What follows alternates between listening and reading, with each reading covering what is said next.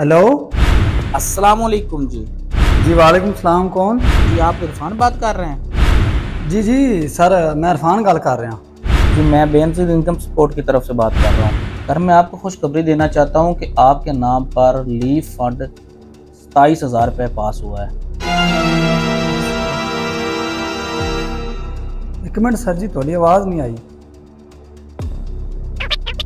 Sir ये गरीबों के लिए गवर्नमेंट की तरफ से फंड जारी हुआ है और इरफान साहब आप ही खुश नसीब हैं अपने हलके में जिसका ये इनाम निकला है। साहब जी, ये 27,000 मैंने हर महीने मिला करेंगे? जी इरफान साहब, आपको हर माह ही पैसे मिलेंगे, 5 साल तक मिलेंगे। आपने बैंक में जाना है और जाके मैसेज दिखाना है और मैसेज दिखा के आप अपने पैसे वसूल कर लेंगे। अल्लाह थोड़ा भला करे साहब जी, मैं तो बड़ा परेशान से पैसा नहीं गया तू। अल्लाह थोड़ा भला करे, अल्लाह तुम बहुता दे। इरफान साहब अगर आप कहें तो हम आपकी रजिस्ट्रेशन कर दें फिर।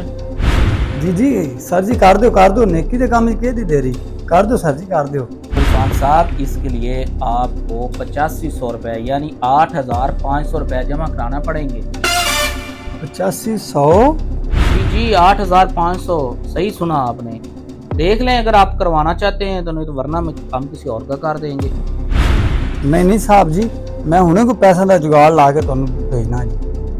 इरफान साहब लेकिन एक बात का खास ख्याल रखना, इसके बारे में किसी को बताना नहीं, क्योंकि आपके मोहल्ले में वाहिद शख्स आप हैं जिसके ये पैसे निकले हैं। अगर आपके मोहल्ले के चौधरी या जनरल काउंसिलर या किसी और को पता चल गया तो वो आपके पैसे किसी और के नाम ट्रांसफ़र करवा देंगे, फिर हमें ना कुछ कहना।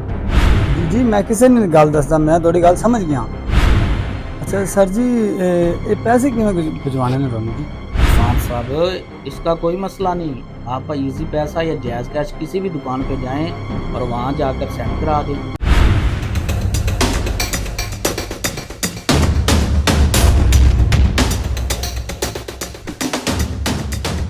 अस्सलाम वालेकुम जी।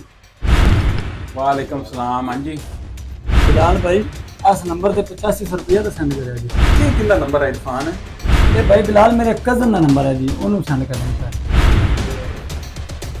हेलो साहब जी, मैं नंबर लिखवा तो थोड़ा ते पैसे थोड़े ले सेंड हो जाएंगे जी, 5 नंबर। ये कौन है? मेरी इतना गल और कराओ। मेरा कजन है जी। हेलो कौन?